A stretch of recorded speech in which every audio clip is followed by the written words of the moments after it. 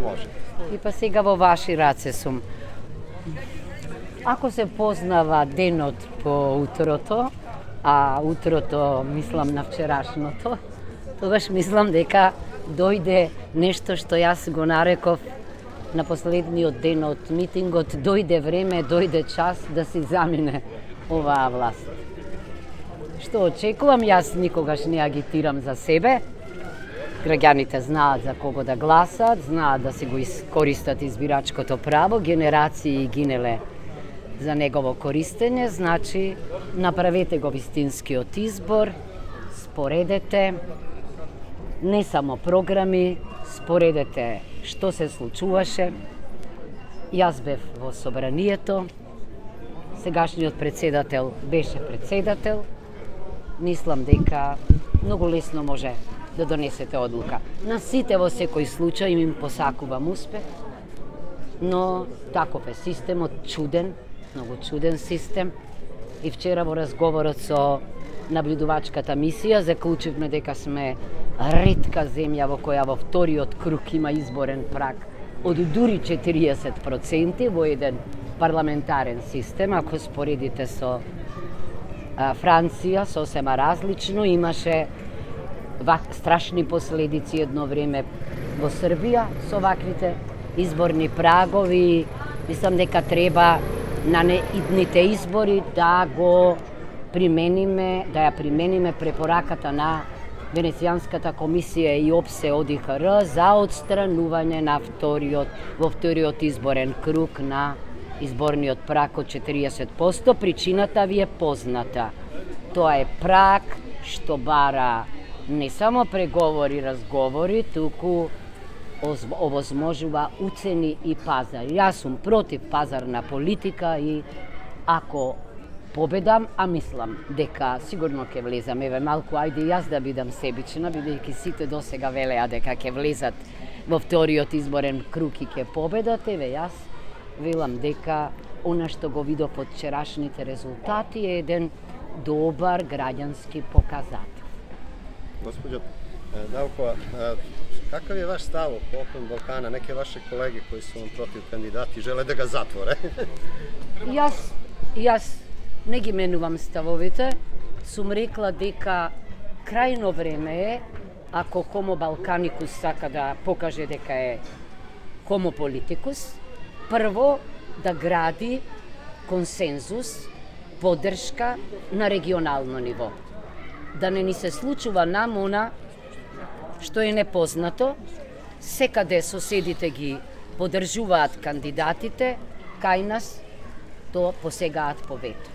Значи, јас тврдам дека тоа што нам ни се случува, никогаш не треба да го направиме на нашите соседи, напротив, треба да ги поддржуваме и во таа смисла јас поддржувам било каква соработка.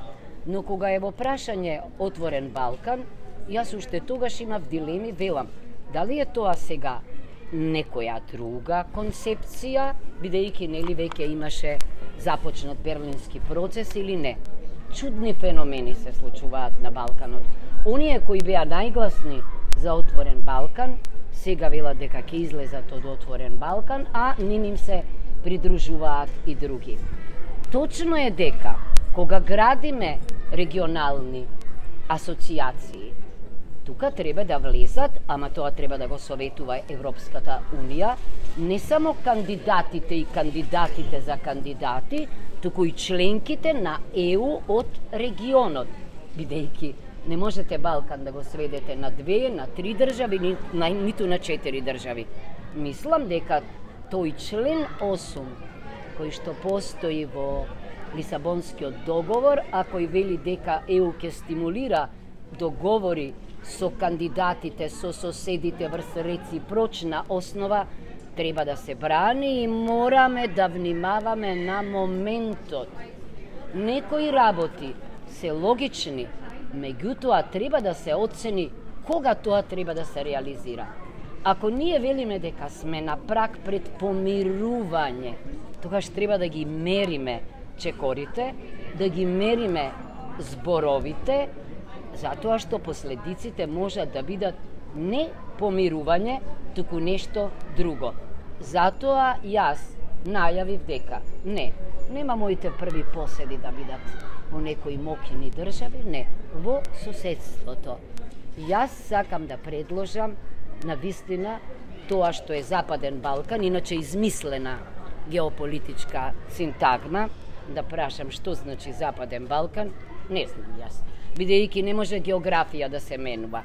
Велеа дека Западен Балкан е бившите југословенски држави, без Словенија, плюс Албанија, па потоа замислете и без Хрватска, па плюс Албанија, сега и Косово, тоа зборува само дека се работи за геополитика или земји кои што се на маргините или на периферијата на периферијата и за кои понекогаш се предлагаат некои чудни под наводници оригинални решенија, а од друга страна ве викаат во стандардно друштво. Значи, мојата последна реченица е: треба да сториме се, ние, кои останавме на тој Западен Балкан, да се помириме, да се поддржуваме, да изградиме заедничка стратегија, оти така поддржувајќи еден друг, нема да оставаме простор за чудни преседани. Постојано тоа го кажувам. Не заборавајте, овој преседан со Македонија ќе роди нов преседан, тој нов. И тогаш вие, кога не сте стандардни, јас велам дури и досадни држави, не може да влезете во тоа друштво тамо. Значи, владење на право, копенхагеншки критериуми, надвор од рамките, идентитетски и културни прашања. Тоа го забрануваат и клучните акти на Европската Унија. Во спротивно, ние повторно ќе бидеме екзотични земји кои ќе чекаат, се плашам да не го чекаат Годо.